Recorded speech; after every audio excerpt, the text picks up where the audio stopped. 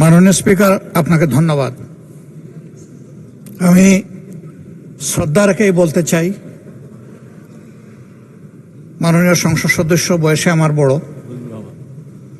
তিনি মুক্তিযুদ্ধে তার অবদান সবকিছুই বলেছেন, কিন্তু নিজের অবদান বলতে গিয়ে আরেকজনের অবদানের উপরে হাতুড়ি পেটানোর অধিকার কাউকে দেওয়া হয়।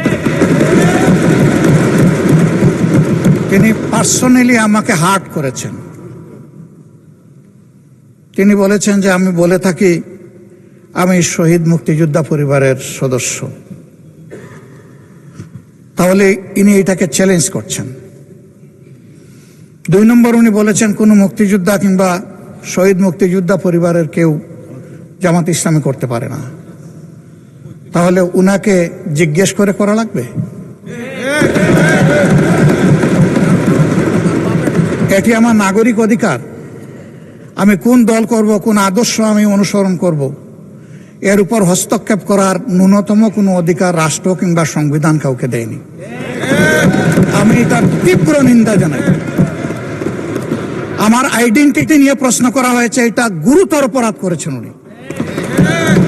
আবার আমার আদর্শ সিলেকশনের ব্যাপারে উনি কথা বলেছেন, এটা বাড়তি অপরাধ করেছেন উনি। আমি অনুরোধ করব মাননীয় স্পিকার, তার এই অসংসদীয় অংশটা এখান থেকে যেন এক্সপাঞ্জ করা হয়। শেষে গিয়ে উনি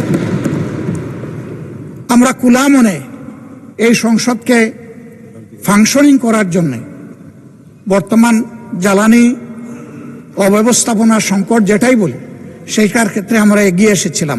খোলা মনে কথা বলেছি, নোটিশ নিয়ে আলোচনা হয়েছে এবং পরের দিন এসে মাননীয় প্রধানমন্ত্রী একটা প্রস্তাব দিয়েছেন, আমরা সাথে সাথে এটা গ্রহণ করেছি। তিনি এইটাকে শেষ পর্যন্ত কনক্লুশন টানলেন কি দিয়ে?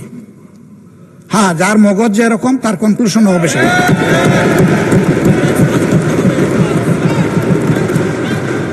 তার মতো একজন প্রবীণ ব্যক্তির কাছ থেকে, রাজনীতিবিদদের কাছ থেকে আমি এই ধরনের আচরণ আশা করিনি। আমরা এখানে প্রথম দিনই বলেছি ভালো কিছু শিখতে এসেছি।